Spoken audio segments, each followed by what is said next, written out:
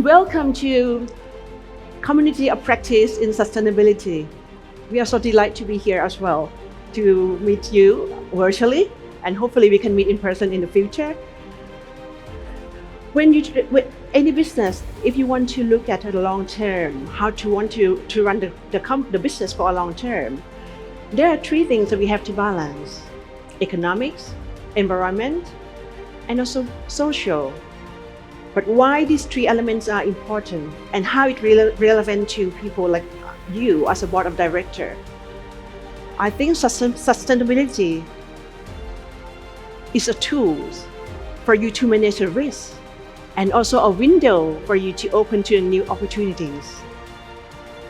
Community of Practice in Sustainability are the group of people who gather mostly from business, but we also have some non-profit sector as well, together under IOD to basically empower the business community to see the risk of that which is coming risk and find ways to create a journey that benefit not only the mother of the earth but also your business.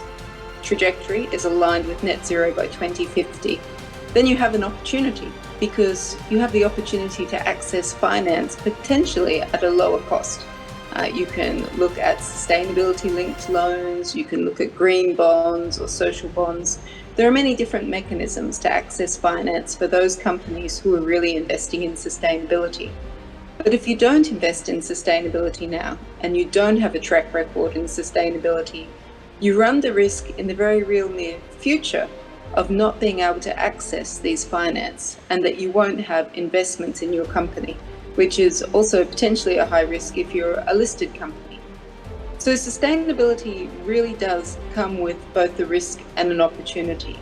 If we start to look at some of the other legislation that's taking place around the world, you can also see that sustainability is going to influence how you operate your business. So for example, for the European Union, there's legislation that they protest. They will not consider our product, even how good we are, how cheap we are, how wonderful service we have. They will not allow us to enter to their country, especially in developed countries. If you are lucky to have domestic clients, you don't get away with sustainability. If you don't have sustainability, a lot of big players who already enter into the sustainable roadmap will gradually balancing the business benefits that we have as a company and the benefits to the community and the environment that we are in. But I'm just giving examples of a customer, which is one of the biggest stakeholders, but they're not the only one. There are other stakeholders as well. Dr. Darren talked about the financial institutions, talk about the regulators, we have our suppliers, and one of the most important important stakeholders that we have is actually the people. And why is people important? For us, especially for the service business, people is the greatest assets. And we have to ensure that our people is able to deliver the best services to our customers as well. And to be able to do that, we need capable, empowered, and also happy people working for us. And also people in the community that actually we support and they support us. They need to embrace us as part of that community to be able to deliver that services properly. When we do that, we would like to make sure that we have skilled employees. We keep on developing and ensuring their development growth and also knowledge. And it's not just that, having capable human resources help the community, helps the nation as a whole. For customer insights, for innovation. And if you are in a male-dominated sector, then you might see that maybe most of your leaders are men rather than women, although there are a lot of women everywhere in all types of companies. So that is a risk, the type of ESG risk that investors are looking at when they assess which companies they want to invest in. So very much part of the ESG investment criteria is DEI, diversity, equality, and inclusion. Let me give you an example from the energy sector, which is transitioning. The McKinsey study shows that companies that have a significant share of female leaders in the top quartile for women leaders are 15% more likely to have above industry average financial returns. And why is that? Well, basically because diversity leads to innovation, and that has been covered a lot by previous speakers before me. And another example is that years ago, a decade ago, 10 years ago, the oil and gas industry integrated it in the board agenda, and the structure of the company have the sustainability board, and committee has the chief sustainability officer to take care of the function, and now they achieve 14 out of the 17 sustainability development goals, which focus on the people, the profit, and also the environment. The step that they have taken seriously and lead them to this stage is very simple. They identify the critical one, prioritize them, and put it into the agenda of the company.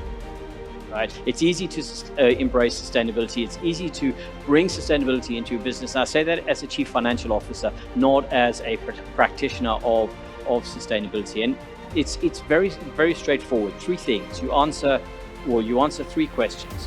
One is, how can I take a linear process and how can I make it circular?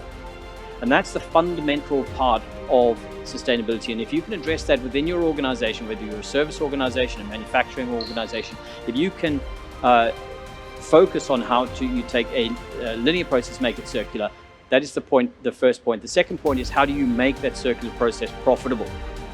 And that is actually a lot easier than you think. The third thing is, how do you scale? Right? How do you scale around a sustainable or profitable sustainable structure? And all of that relies on one word, and that word is innovation. And that is the core behind sustainability.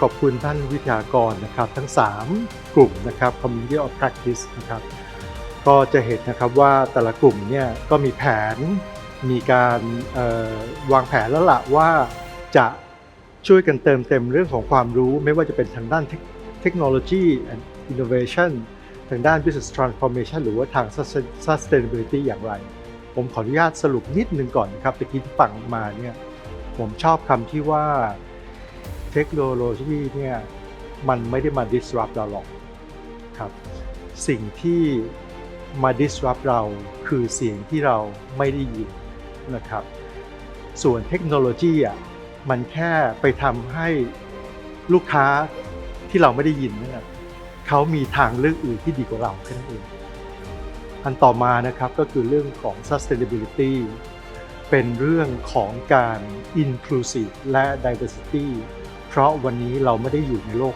เดียวนะครับส่วนอันสุดท้ายนะครับในเรื่องของ transformation เนี่ย transformation มันทำได้หลายระดับหลายมิติเมื่อกี้ที่พูดไปเนี่ยมันจะเริ่มเป็นเรื่องของ self transformation แล้วล่ะและจริงๆแล้วเนี่ยสิ่งที่เราอยากจะให้ community of practice เนี่ยกับพวกท่านเดินทางไปด้วยกันคือเดินทางไปพบว่าเราเรียนรู้และตื่นรู้อย่างไรเพื่อตัวเราเองจะเปลี่ยนตัวเองเพราะถ้าเรายังไม่เปลี่ยนตัวเองเนี่ยเราอาจจะเปลี่ยนคนอื่นได้ขอบคุณมากครับสวัสดีครับ